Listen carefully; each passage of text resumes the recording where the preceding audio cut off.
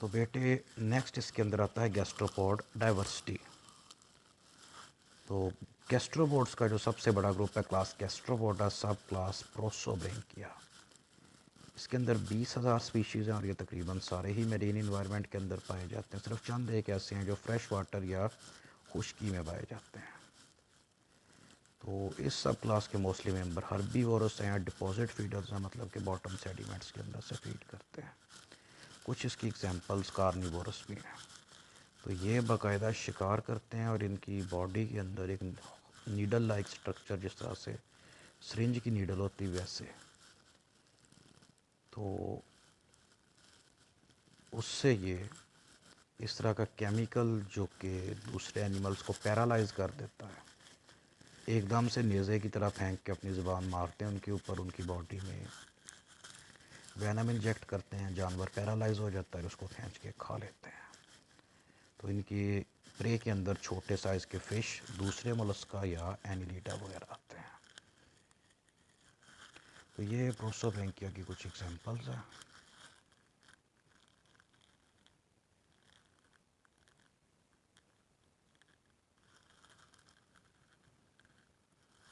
ये वाले थे जिनकी मैं बात कर रहा था कि ये किसी भी तरफ से इनका शेल दो इक्वल पार्ट्स में नहीं आता, इसलिए ये एसिमेट्री में आते हैं।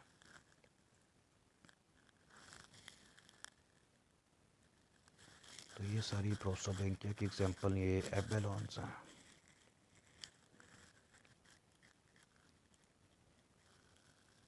तो प्रोसोब्रैंक गैस्ट्रोपोड के अंदर फेमिलियर मेरीन स्नेल्स आते हैं, एबेलॉन्स आते हैं जो हमने अभी देखे। इसके अलावा इसमें आते हैं हेट्रोपोड्स। तो हेट्रोपोड या इसका जो दूसरा नाम है, इसको टीरोट्रेकोइडिया कहा जाता है। तो सी स्नेल्स की या सी स्लग्स की एक सुपर फैमिली है और इनका जो क्लेड बनता है क्लासिफिकेशन के अंदर, ये लिटोरिनी मॉर्फा है। तो साइंटिफिक नेम इसका टीरोट्रेकोइडिया है, कॉमन नेम इनका हेट्रोपोड या सी एलिफेंट है। मतलब ये एलिफेंट जितना बड़ा तो नहीं होता, बहुत छोटा सा होता है, लेकिन बॉडी की आउटलाइन थोड़ी एलिफेंट की तरह की होती है। तो ये सारे के सारे प्रेडेटर्स होते हैं। इनका शेल बहुत छोटा होता है, कुछ स्पीशीज़ के ऊपर सिरे से ही नहीं होता। इसका जो फुट होता है ये फिन्स यानी कि चप्पों की तरह से मॉडिफाइड होता है, जिससे ये तैरते हैं। ठीक, तो ये हेट्रोपोड्स की एग्जांपल्स हैं। तो ये इसकी गोल बॉडी और ये जिस तरह हाथी के बड़े बड़े कान होते हैं, तो इस बेस पर इनको सी एलिफेंट्स कहा जाता है। हालांकि एलिफेंट नहीं, छोटा सा मोलस्का होता है। तो ये बेसिकली इसका मॉडिफाइड फुट है।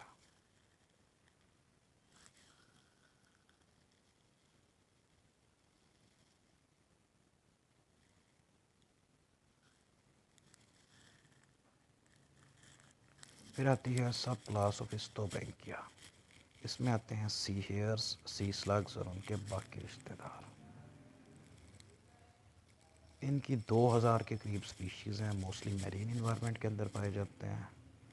और इनमें शेल, मेंटल कैविटी और गिल्स या तो साइज़ में बहुत रिड्यूस्ड यानी कि छोटे होते हैं, या सिरे से ही ख़त्म हो गए होते हैं। मतलब कि एवोल्यूशन के प्रोसेस के अंदर ये ऑर्गन रिड्यूस होते होते ख़त्म हो गए। तो साइज़ के अंदर छोटे होते हैं, लेकिन फिर भी ये डिफेंसलेस नहीं होते। इनके अंदर जिस तरह फाइलम नाइडेरिया में नेमेटोसिस थे, इनके अंदर बॉडी सरफेस के ऊपर वैसे स्टिंगिंग सेल्स पाए जाते हैं। इससे ये अपने प्रेडेटर को परे भगाने का काम लेते हैं और कोई दूसरे एनिमल जिनको पता होता है कि ये डंग मारते हैं, वो इनकी तरफ को नहीं आते। तो टीरोपोड का जो फुट होता है ये भी बारीक बारीक लोब्स के अंदर होता है, जिससे ये तैरते हैं। इसकी सब क्लास है पल्मोनेटा, जिसके अंदर 17,000 स्पीशीज़ हैं जो कि फ्रेश वाटर और खुश्की में पाई जाती हैं। इनको लैंड स्नेल्स कहा जाता है और ये हर्बीवोरस हैं और प्लांट मटेरियल के ऊपर फीड करते हैं। तो ये इनके फिन्स जिनकी बात हो रही थी, जिससे ये तैरते हैं।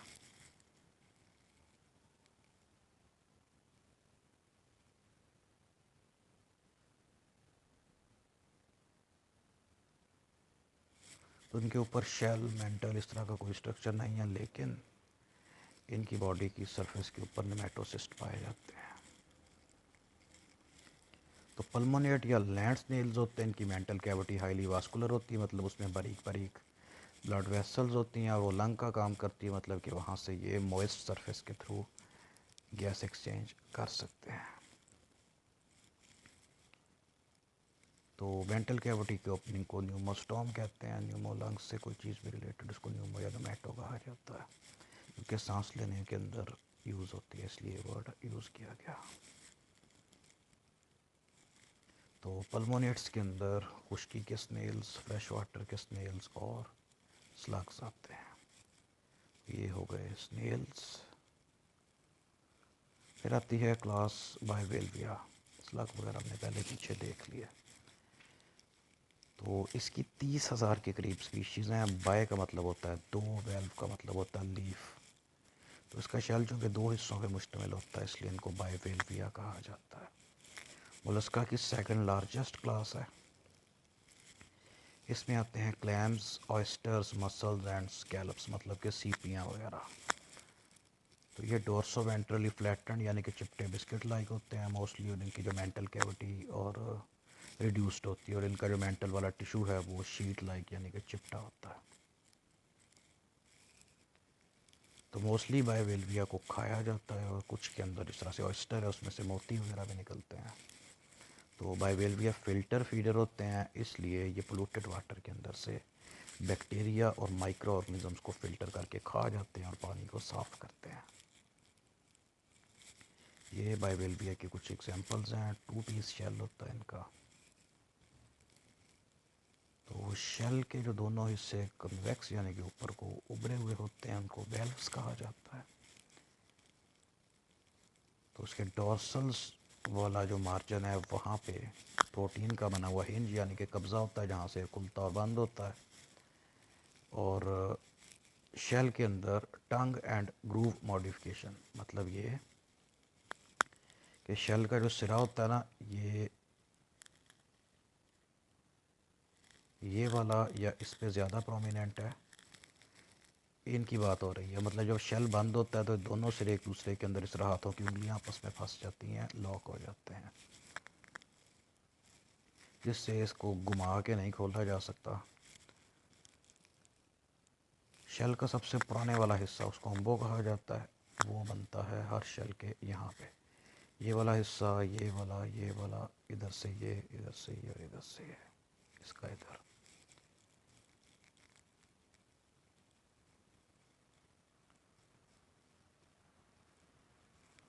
तो बाइवेल्विया के शेल के दो हिस्से तो होते हैं, लेकिन ये दोनों होते हैं शुरू में एक ही पीस से बनते हैं एम्ब्रियोलॉजिकली, एक सिंगल स्ट्रक्चर, जो कि बाद में दो पीसेस के अंदर चेंज हो जाता है।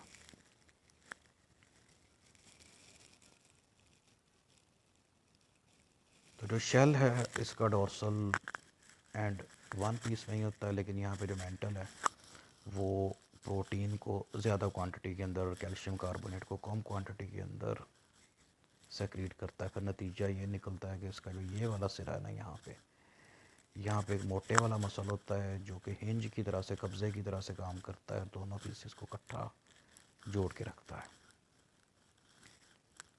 तो इसकी वजह से इसका शेल खुलता और बंद होता है। इस पिक्चर के अंदर देखें कि ये इस रीजन की बात हो रही है। तो dorsal, ventral, anterior, posterior sides इसकी दिखाई गई हैं। ये इसके अंदर ग्रूव्स बनी हैं जहाँ पे उभरे हुए हिस्से ओवरलॉक हो जाते हैं, इनको टीथ कहा जाता है। ये दांतों वाले टीथ नहीं, बस वैसे ही जिगजैग स्ट्रक्चर होता है। और ये इसके अंदर और इसके अंदर ये पिंक पिंक के एडक्टर मसल्स होते हैं, जो कि शेल को जब अपनी मर्ज़ी से शेल को बंद करके, टाइटली बंद करके रखना चाहें तो इनको यूज़ करते हैं।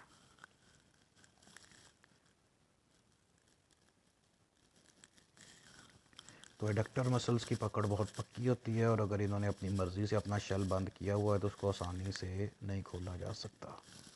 और जो इसमें मतलब कि थोड़े बड़े साइज़ के बाइवेल्व होते हैं, बड़े साइज़ की सीपियाँ, उनको खोलना इंतहाई मुश्किल होता है। ये इनका डिफेंसिव मैकेनिज़्म है, क्योंकि इनके मोस्टली जो प्रेडेटर्स होते हैं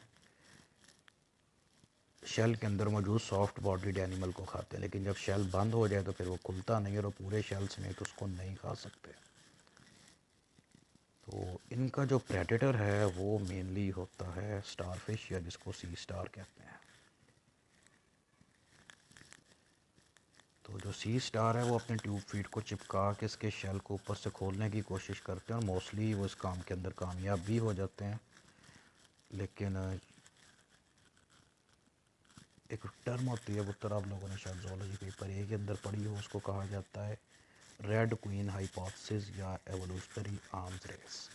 एक इस तरह का प्रोसेस जिसमें प्रेडेटर और प्रे साथ साथ इवॉल्व करते हैं। असल ये कि जो स्टार फिश होती है वो मेनली मोलस्का के ऊपर ही फीड करती है। अगर मोलस्का इतने ही कामयाब होते अपने शेल को बंद रखने में तो स्टार फिश भूख से मर गई होती है। और अगर स्टार फिश शेल खोलने में इतनी एक्सपर्ट हो गई होती तो उसने सारे एक्सटिंक्ट कर दिए होते, सारे खा लिए होते। मतलब ये है कि कभी उसका दाव लग जाता है, कभी इनका लग जाता है, दोनों साथ साथ अपनी एबिलिटीज़ को पॉलिश करते रहते हैं।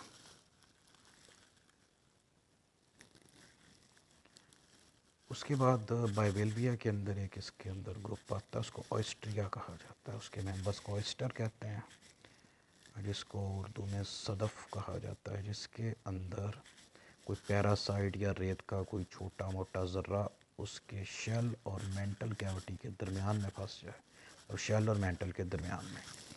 तो मेंटल जो कि सॉफ्ट टिश्यू होता है वहाँ पे इरिटेशन पैदा करता है, तो शेल बनाने वाला जो मटेरियल है जिससे शेल की नेक्रियस लेयर बनती है वो उसकी कई कोटिंग्स उस पैरासाइट के ऊपर या रेत के ज़र्रे के ऊपर कर देता है, जिससे वो इवेंचुअली पर्ल की शक्ल ले लेता है।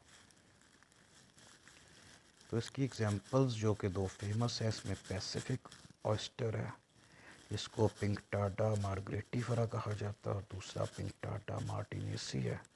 इनसे बड़े हाई क्वालिटी के पर्ल्स निकलते हैं समंदर वाले। तो ये ऑयस्टर एंड द पर्ल, आप देख लेसन भी बड़ा होगा इस नेम से। तो पुत्र याद रखना है कि जो नेचुरल पर्ल्स होते हैं वो कभी भी परफेक्ट गोल शेप के नहीं होते, बहुत रेयर है परफेक्ट गोल शेप का मिल जाए। इरेगुलर शेप के होते हैं, जिस शेप के आलू होते हैं, या बिल्कुल ही बेढंगी शेप के होते हैं। तो मेनली जो आजकल पर्ल्स, ओरिजिनल पर्ल्स मार्केट में मिलते हैं वो कल्चर्ड पर्ल्स होते हैं, जो कि ऑयस्टर की फ्रेश वाटर स्पीशीज़ से खुद से बनवाए जाते हैं। मतलब कि उनको फार्म में पानी में रखा जाता है और पानी से निकाल के उसका शेल ज़बरदस्ती खोला जाता है, और उसकी मेंटल कैविटी के अंदर बहुत सारी प्लास्टिक की छोटी छोटी गोलियां ज़बरदस्ती रख के उसको वापस बंद करके पानी में फेंक दिया जाता है। तो 6 महीने बाद उसको निकालते हैं, सारी गोलियों के ऊपर उसने चूँकि उसको इरिटेट करती हैं, नेक्रियस लेयर की कोटिंग करके उनको पर्ल्स में कन्वर्ट कर दिया होता है। अब सारे पर्ल्स चूँकि एक ही टाइम पे बने हैं और एक ही ड्यूरेशन के बाद इनको निकाल लिया, वो एक ही साइज़ के और एक ही कलर के होते हैं। तो पुराने पर्ल्स जो बन गए वो निकाल लिए जाते हैं, और उसमें दोबारा से प्लास्टिक की गोलियां छोटी रख के उनको दोबारा पानी में रख दिया जाता है। तो इसको पर्ल फार्मिंग कहा जाता है, और इस तरह के पर्ल्स को कल्चर्ड पर्ल्स कहते हैं। मेनली वाइट, ऑफ वाइट और गोल्डन कलर में पर्ल्स इस तरह से बनते हैं।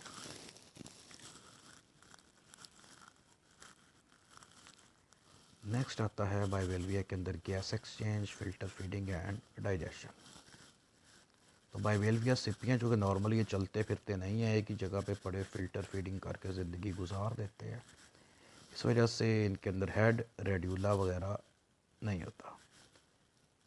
कुछ बाइवेल्विया अपना सिपी वाला पोर्शन, मतलब कि अपना शेल खोल के अपना फुट बाहर निकाल के क्रॉल भी करके थोड़ा सा आगे पीछे जा सकते हैं।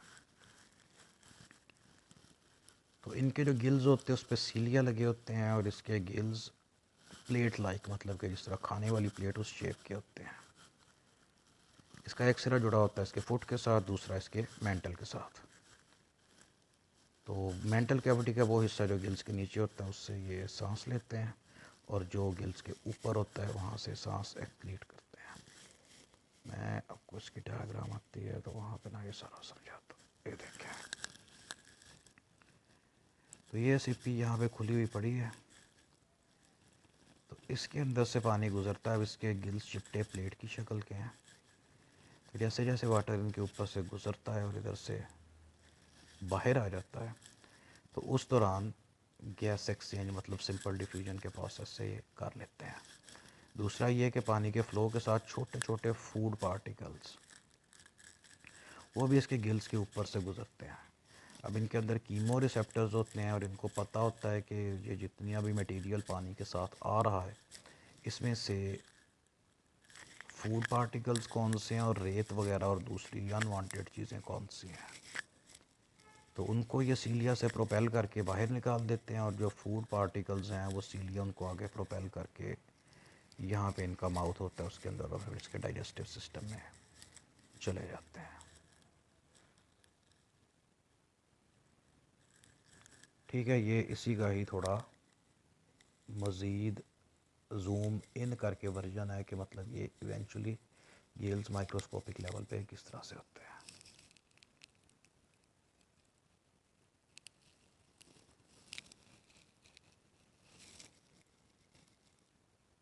तो उसके बाद इनकी फीडिंग तो सीलिया ही फूड पार्टिकल्स को प्रोपेल करके इसके माउथ तक पहुंचाते हैं। पहले जोलॉजिस्ट ये समझा करते थे कि जो सीलिया है यही फूड को पकड़ते हैं और उसके बाद आगे को पहुंचा देते हैं। तो रिसेंट स्टडी से ये पता चला कि सीलिया और फूड पार्टिकल्स अब मतलब कि जब इसको माइक्रोस्कोप अच्छी क्वालिटी की माइक्रोस्कोप पे देखा गया तो पता चला कि फूड पार्टिकल और सीलिया तो आपस में टच भी नहीं होते। इसलिए वो कंसेप्ट के सीलिया फूड पार्टिकल को दबा के पकड़ लेते हैं और आगे आगे ट्रांसफ़र कर देते हैं, वो गलत प्रूव हो गया। तो अभी तक एक्चुअल मैकेनिज़्म इसका पता नहीं चला कि सीलिया फूड को कैसे पकड़ते हैं, लेकिन बहरहाल जैसे भी पकड़ते हैं एक बार जब इसको पकड़ लेते हैं तो उसको गिल्स के निचले सिरे की तरफ और फिर वहाँ से इसके माउथ में पहुँचा देते हैं। ठीक, ये वही पानी आ रहा है तो पानी के साथ फूड पार्टिकल्स, पानी मुड़ के चला जाएगा और फूड पार्टिकल्स इसके माउथ में चले जाएंगे।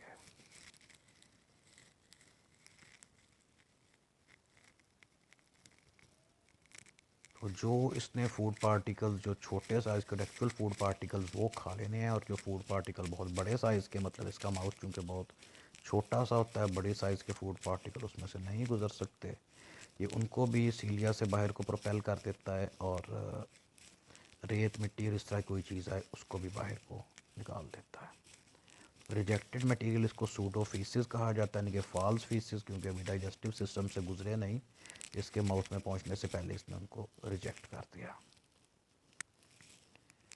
तो ये गिरते हैं इसके मेंटल के अंदर और फिर वहाँ से सीलिया इसको प्रोपेल करके पानी के साथ बाहर निकाल देते हैं। उनका डाइजेस्टिव ट्रैक बाकी मोलस्का की तरह का ही होता है, मतलब कि माउथ है, उसके बाद एसोफेगस है और वहाँ पे जो इसके फूड पार्टिकल्स हैं ये म्यूकस के साथ ट्रैप होके एक स्ट्रिंग लाइक स्ट्रक्चर में बन जाते हैं और स्ट्रिंग रोटेट होती हुई इसके स्टमक तक चली जाती है। तो वहाँ पे फिर एसिड वगैरह रिलीज़ होता है जो कि फूड पार्टिकल को म्यूकस से अलग कर देता है। तो इसका म्यूकस मास इसको क्रिस्टलाइन स्टाइल कहा जाता है।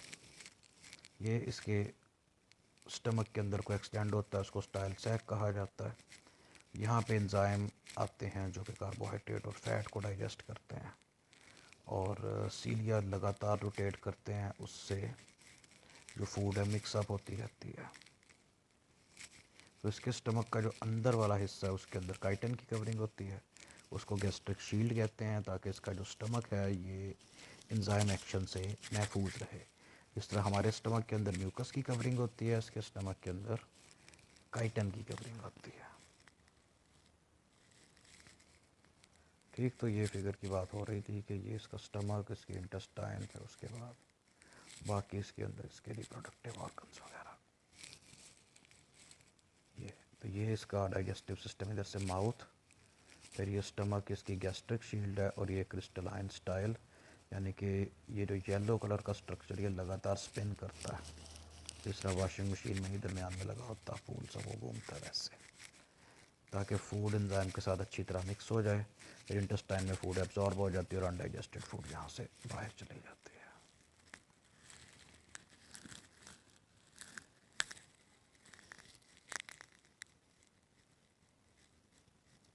ये हो गया। अच्छा, उसके बाद अनडाइजेस्टेड फूड जो है स्टमक से इंटेस्टाइन वहाँ पे एब्जॉर्ब हो जाएगी और फिर बाहर।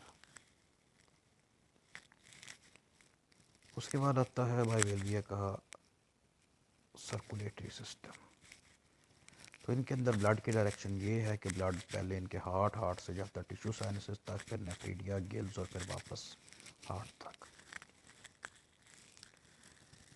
तो इसके अंदर जो मेंटल है ये भी गैस एक्सचेंज का काम करती है। और बाइवेलिया की कुछ एग्जांपल मतलब जो ज़रा बड़े साइज़ की सीपियाँ होती हैं, इनके अंदर एक सेपरेट ब्लड वेसल होती है जिसको एओर्टा कहा जाता है। ये ब्लड को डायरेक्टली मेंटल तक पहुंचाती है, जहाँ से ब्लड के अंदर ऑक्सीजन ऐड होती है with the process of diffusion और ब्लड वापस सर्कुलेशन की तरफ, जो कि सिस्टेमिक सर्कुलेशन इसकी बनती है, उधर को आ जाता है। अब इनके अंदर चूँकि शेल कॉइल नहीं करता, इसलिए इनके अंदर नेफ्रेडिया दो ही होते हैं और इसकी सिलोम यानी कि पेरिकार्डियल कैविटी के नीचे पाए जाते हैं। तो ट्यूब्स के साथ ये सिलोम के साथ कनेक्टेड होते हैं और इसके सब ब्रेंकियल चैम्बर यानी कि जहाँ से सांस लेते हैं वहाँ करके ओपन होते हैं ताकि बाहर जाने वाले पानी के साथ ही इसके वेस्ट भी बाहर चले जाए। तो ये इसके अंदर ब्लड के फ्लो की डायरेक्शन है। ये इसका हार्ट, एंटीरियर एओर्टा और ये आर्टरी इसके फुट के अंदर जाती है। ब्लड साइनस ऑफ फुट यानी कि टिश्यू स्पेस है इसकी। यहाँ से वापस बॉडी की तरफ ये आर्टरी जाती है मेंटल की तरफ और वहाँ से वापस हार्ट और फिर ये आगे।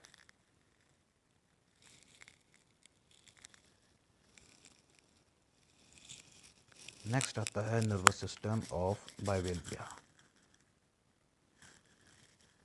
तो इसके अंदर आपस में कनेक्टेड गैंग्लिया के तीन पेयर यानी कि 6 गैंग्लिया होते हैं जो कि एसोफेगस, फुट और पोस्टीरियर एडक्टर मसल के साथ कनेक्टेड होते हैं। मेंटल का जो किनारा है ये इसका सेंस ऑर्गन है और इसके अंदर सेंसरी सेल्स होते हैं या सेंसरी टेंटिकल्स, और कुछ सीपियों के अंदर फोटो रिसेप्टर्स भी होते हैं जिससे इनको लाइट का पता चल जाता है। और इसकी कुछ स्पीसीज जैसे कि स्कैलप्स वगैरह हैं उनके अंदर फोटो रिसेप्टर बाकायदा आइस की फॉर्म के अंदर होते हैं जिसमें लेंस और कॉर्निया भी होता है। इसके अलावा इनमें स्टेटोसिस्ट पाए जाते हैं और ओस्फेरिडियम होते हैं, यानी कि ये अपने बैलेंस को भी मेंटेन रख सकते हैं और पानी में मौजूद डिफरेंट केमिकल्स को भी डिटेक्ट कर सकते हैं। तो ये स्टेटोसिस्ट का स्ट्रक्चर है। इसके अंदर होता ये है कि चारों तरफ सेल्स हैं, सेल्स के अंदर एक चैम्बर बनता है। इस चैम्बर के अंदर ये जो ब्लू कलर के नज़र आ रहे हैं ये सीलिया होते हैं, मतलब हेयर लाइक स्ट्रक्चर होते हैं। इसके दरमियान में एक सख्त किसी स्टोन या मिनरल का बना हुआ पीस होता है, उसको स्टेटोलिथ कहा जाता है। लिथ मतलब स्टोन, तो कैल्शियम वगैरह का मेनली बना होता है। अब जब एनिमल बिल्कुल सीधा है ना, मतलब जो उसकी नॉर्मल पोजीशन है, उस वक्त ये यहाँ पे होता है, मतलब इन सीलिया के ऊपर दबाव डालता है। जब तक ये स्टोन यहाँ पे पड़ा है इसका मतलब ये है कि एनिमल अपनी नॉर्मल पोजीशन पे है। अगर पानी वगैरह की वजह से या कोई दूसरा जानवर इसको पलटा दे, इसकी साइड बदल दे, फिर ये होगा कि ये जो स्टोन है या ये इधर जाके टच होगा या इधर। जैसे सीलिया के साथ टच होता है इसका मतलब ये है कि ये अपनी नॉर्मल पोजीशन पे नहीं है। नॉर्मल पोजीशन ये है, यहाँ पे टच होता है कोई मसला नहीं, लेकिन जब ये इधर इधर या इधर टच होगा फौरी तौर पे यहाँ से नर्व इम्पल्स जनरेट होगी इन सेल्स तक। हर सेल से एक एक नर्व निकल रही है और ये जाएगी इसके ब्रेन तक। मतलब इसको मैसेज मिल जाएगा कि अब ये सही जगह पे नहीं है। ब्रेन मसल्स को वापस रिस्पॉन्ड करेगा कि फौरी तौर पे पोजीशन बदल के इसको सही वाली पोजीशन पे लाया जाए। तो एनिमल अपने मसल को किसी ज़रिए से सीधा होकर वापस उस पोजीशन पे आ जाता है कि स्टेटोलिथ वापस इन सीलिया के साथ टच हो जाए।